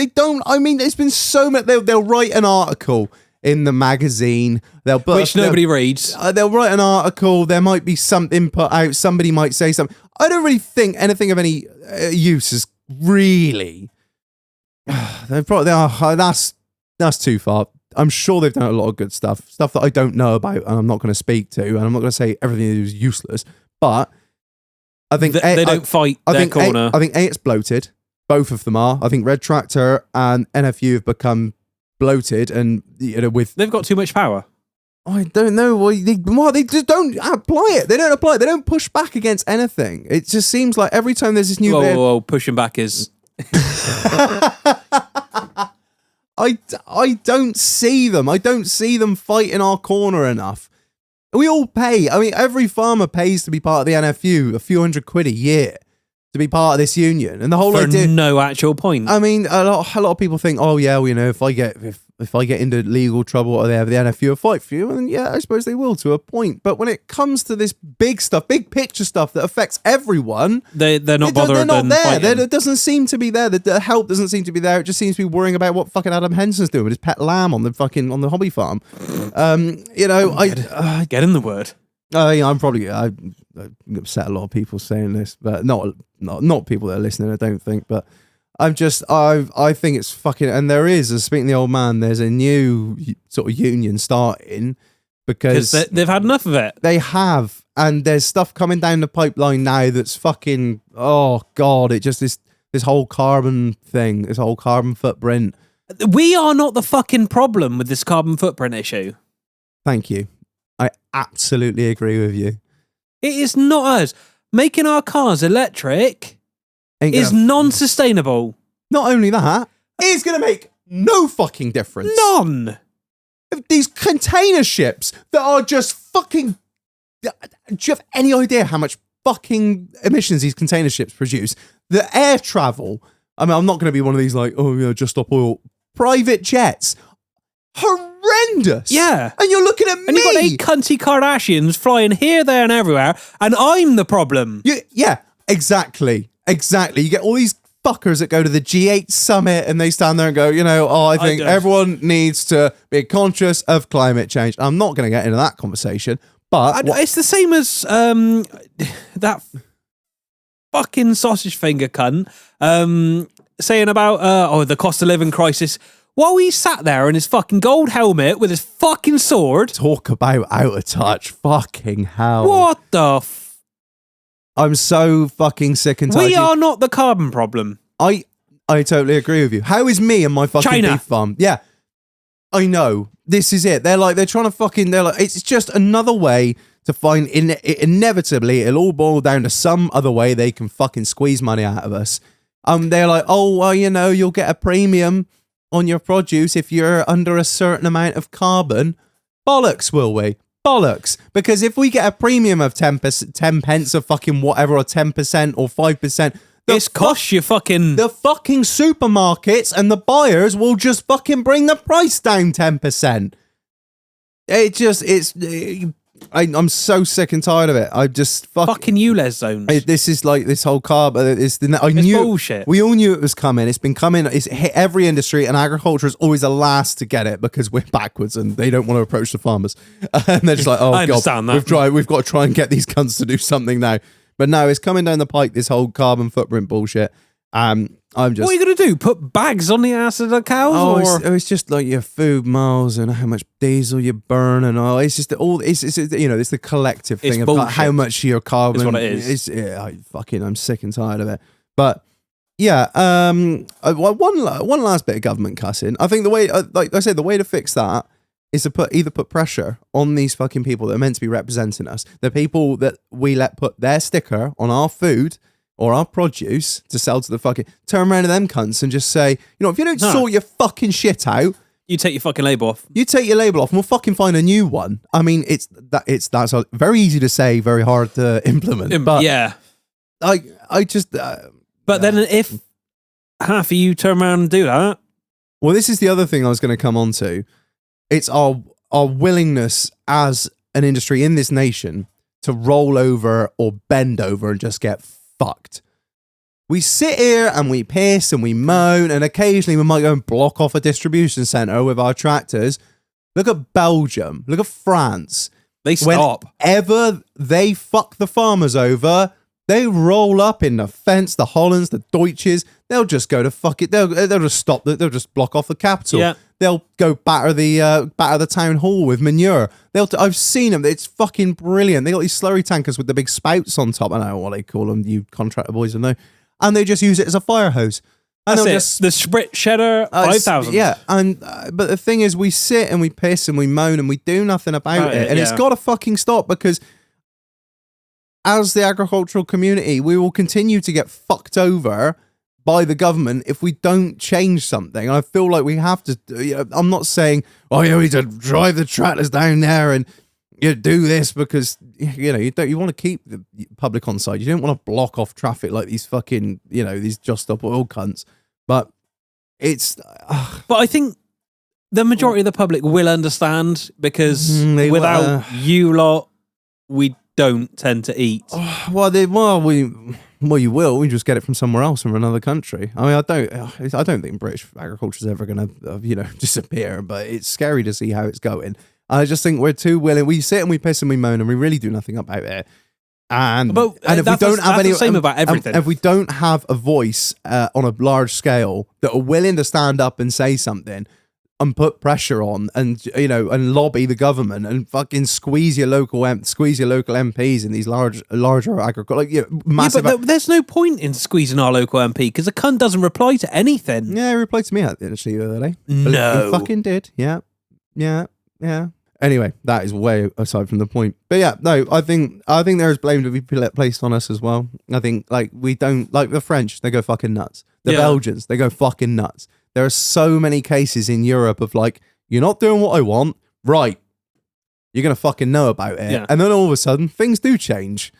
Yeah, and that's how I think we need to solve it. Is vote with our fucking feet, but decide who you're going to spend your money on with a union. Decide who you're going to fucking vote for. Actually, I'm not saying this whole drive your tractor somewhere, but we can't just piss and moan about it down the pub. You've got to remember about your carbon footprint. Yeah. I mean, if it comes to it, leave the fucking union. Leave the union. When their membership fucking rates start falling, they'll realise if they don't do anything for you, why are you there? Exactly. It's this thing. It's like, well, you're a farmer, you know, be a part of the NFU. Not fucking useful. I know. And I'm not saying everyone that works for the NFU is a prick. They do so much good. They do a whole loads and loads and loads of good stuff. But I feel like when it's putting pressure on people that need to be pressured and lobbying, the actual people doesn't seem which control things. It doesn't seem to be there. But yeah, what else have I got here? I got quite a lot. Oh God, yeah, I've done most of it. Succession planning. That's another thing that I think is wrong with our industry. You have to explain that to me. Succession planning, or succession. I can't remember. Basically, I'll put it in terms of me, right? My old man runs the farm. I am underneath him. I work for him. One day he's going to want to retire and pack it in, and I have to come up and manage the farm, right? So there's no open conversation between farmers and their kids, like dads and sons, dads and daughters, mum and dad and daughter, whatever. There's so little of that if anything were to happen, like... You'll be fucked. I said this to my old man back along. I did say to him, I was like, look, Dad, I said, I know exactly what I'm doing out on that yard. Like, you can fuck off for 3 months. I got it sorted. You put me in that office. Yeah. Whoa, no. Where do you start? Where the fuck do I start? And you get like having these conversations is so important. It's not a nice thing to talk about. It's not be like, yeah, so when you die, but it's not even got to be when you die. It's got to be like, look, you don't want to work. When you fuck off for 3 months. Yeah, when you want to retire or whatever. Like, this is a thing that happens a lot. There's a lack of succession planning. There's a lack of, like, just planning that going forward when the old man wants to retire or, you know, God forbid anything happens, what the fuck happens from there? Because, and then if there's not a lot of that and there isn't a lot of there isn't a slow process of slowly handing the reins over, I've seen so many guys like older than me that just go, fuck this, like, fuck this, I'm still doing the same shit day in, day out. My old man's running the farm. There was a story years ago about one of my old accountants told me. He said he was sat down and having the annual meeting with this farmer and his son, and he said, right, I think son, I think it's about time I give you the checkbook, about time you took the reins. He turned back round to his dad and he said, you can get fucked, I get me pension in 3 weeks. He was that old. No. Who the fuck wants to take over the farm at that age? Nope. I know. And it's tough because obviously, you know, the old man don't want to give up the reins because he's run it for so long. Yeah. But the younger generation, I'm not saying they have better ideas, but fresh ideas. My old man's been pretty good. He's been pretty open in the last few years. So I've come up with stuff and we've gone, yeah, all right, we'll do that. And it's being included in these conversations of when you come to buy a new kit or anything like that. It's not just him fucking off down the dealership and doing the deal. Like, what do you want? What do you think about this? And things like that, you know, it's really important because you're made to feel a bit more a part of the business all the time. And you sit down in the meetings and you do this and what do you reckon about this? And what do you reckon about that? If you just constantly have your son or daughter just constantly doing the shit work, that's what they do. That's their routine. I go in the office, I do all this. You get, what do they call it? Disheartened. You get disheartened and you get sort of just like, oh, fuck. Uninterested. Yeah, you do. And, you know, I think that there's a lot to be said for, you know, it's a hard conversation to have, but be like, yo, look, dad, mum, whatever. I want to be more a part of this business. And the thing is, half the time, if you show willing, they're like, fuck. And I just thought you wanted to be a person and here. the problem is because like all businesses, this doesn't have to be applied to farm. This can be applied to so much more. But it is pretty. Obviously, I see it and it's pretty prevalent. You know, I was losing my train of thought there. I could never work with me dad. Yeah, mainly because he retired 10 years ago. But just showing a bit of interest and actually having these hard conversations of saying like, what's the plan? Like, yeah, you know, do you, because a lot of farmers they won't have any retirement plan or no financial plan behind retiring. There's just keep going. And not only that, there's this whole keep going. Also, you can have, on the flip side of things, you can have farmers that will just get to 65 or, you know, not many farmers pack it in at 65, but a Some farmers will decide to pack it in at 65, but they'll be like, right, well, this is my farm. I own it. You can run it, but I'm going to want X amount out of it every month. And you have this financial drain. You trying to, like yourself, the younger generation, trying to run the farm, but your old man still wants his cut every month of the farm that he owns. And you're working like fuck to make fuck all, and he's got to have his bit, and it can all get really. Where does that end up in the end? Like, what happens if he doesn't leave it to you? And what if my old man don't leave? No, hypothetically, like, if he doesn't leave the farm to the son or the daughter, which is working there, how sour are you going to be then? Yeah, and that's you need a plan. Yeah, having a fucking will written up is like mega important. Yeah, and like actually having these conversations, because another thing I've seen and not seen, but I know of is you got 3 kids. Farmer's got 3 kids. 2 of them are fucked off to go do something totally different. One of them stayed back to work on the farm. Old man carks it. Farm split between 3 people. 2 people want to sell it. 2 people want to sell it. One of them wants to keep it. So the other 2 demand their money out. Mate, he's got to sell all the fields, or he's got to sell half the cattle, or he doesn't have a choice, and he can't. None of this is going to make sense. The only way they're going to get their bit out is to sell the fucking farm.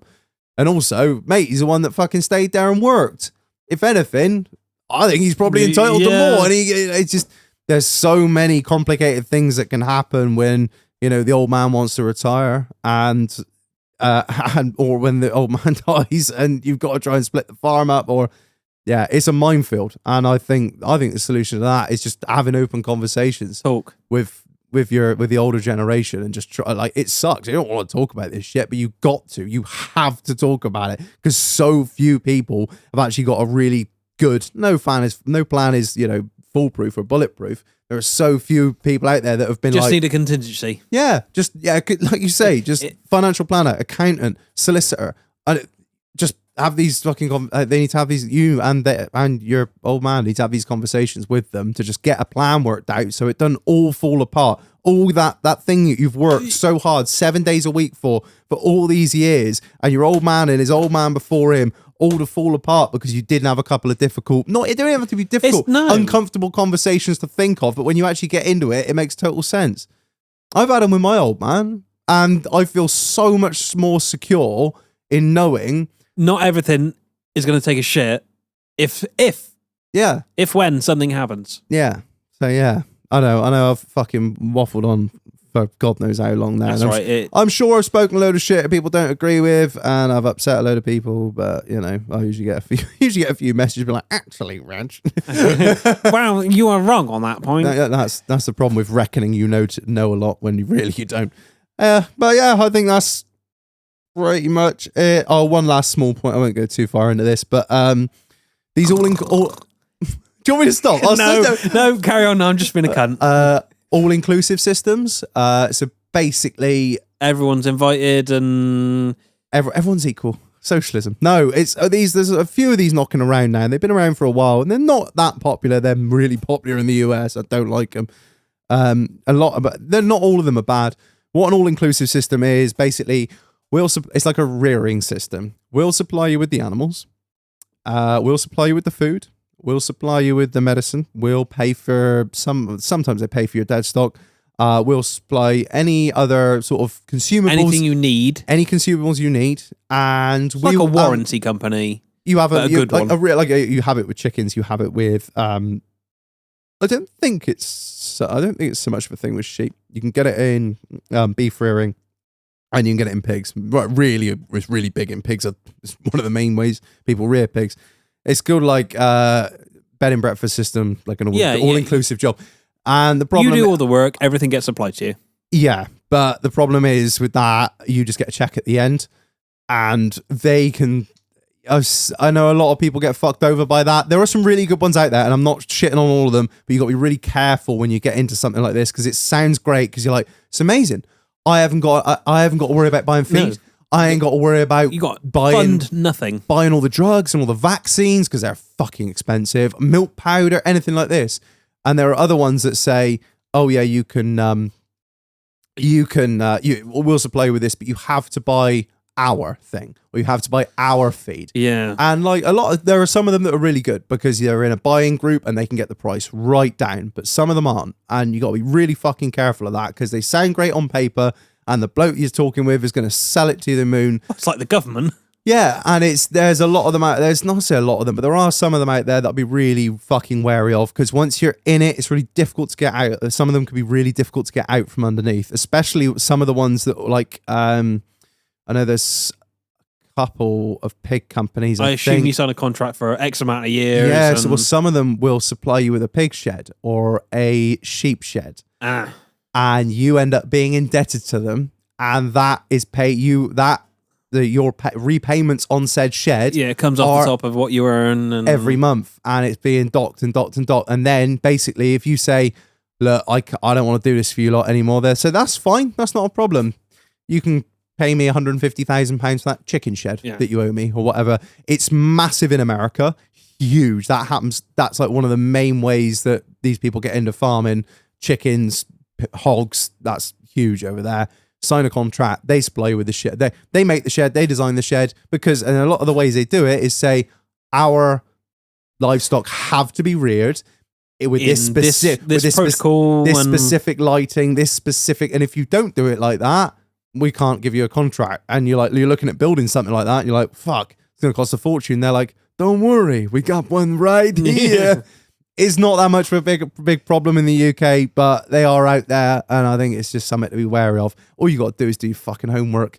If it sounds great on paper, if it sounds too good to be true, it usually is. Yeah, I mean, some of them are brilliant. There are some really good schemes out there that will supply you with all your feed and all that, and it's great. And really, there's no downside because if you don't get on with it, and as long as you own the shed and you don't owe them any money, just whatever. Like, all right, that's it. I'm done. Go somewhere else. But yeah, just something to bear in mind. It's like a lot of what I'm saying is very niche, and I do appreciate that. But it's like a weird integration of the pyramid scheme to farming.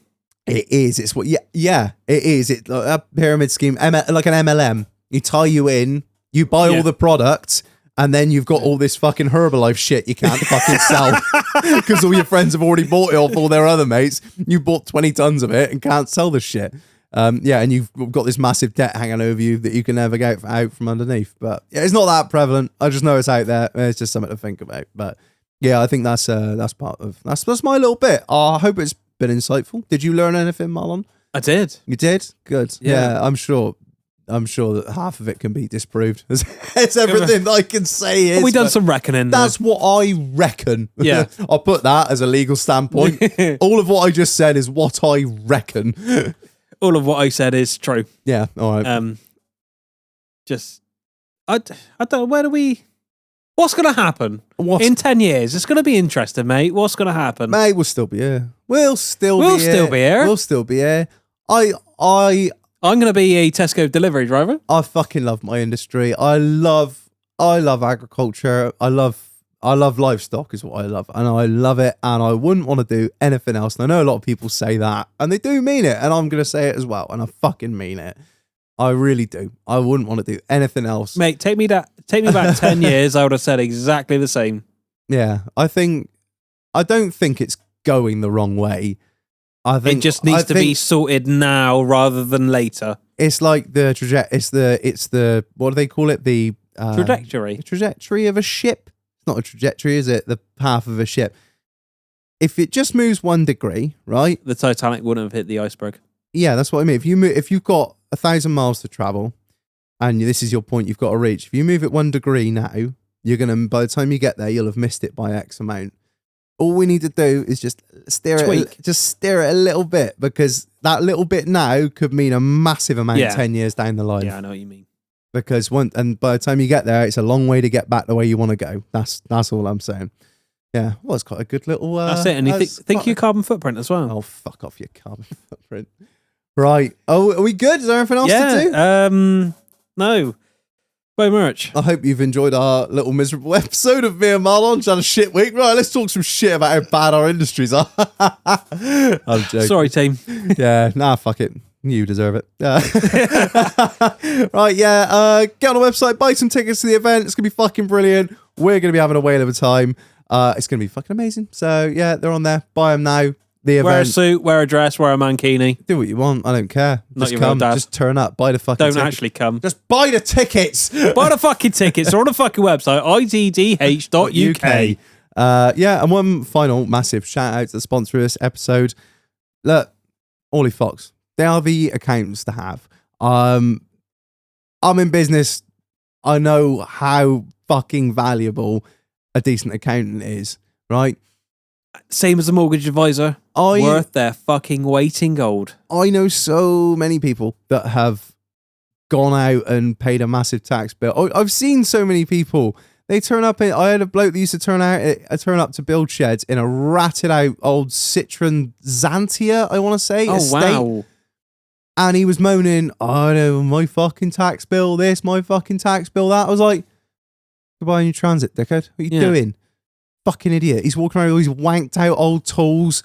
And it's just, you're going to miss out on all of this if you don't know what you're doing. And a lot, I don't try and do it yourself. Yeah, I'm not a financial whiz. You need someone who is, because you'll end up paying out your ass in tax when instead you could have had a nice Hilux, or you could have bought that new Milwaukee drill, or whatever it is like that. Being self-employed, owning your own business, one of the main things you need to know to really make money is how to use all of this stuff to your advantage. I'm a damn good accountant to navigate you through these waters. He's one of us. He's super easy to talk to. He's not your he's not your standard accountant. He's not going to charge you for an email. Fucking legend. Just get in touch with him and just be like, scumbag. And he'll know what's up. Yeah, let him know we sent you. That's the main thing. Yeah. All right. Well, thanks everyone for listening. I've been Reg. I've been insufferable. And that's the end. It doesn't work the same as just me. Until next week. Yeah. Oh, fuck. Another one. See you later. Love you millions.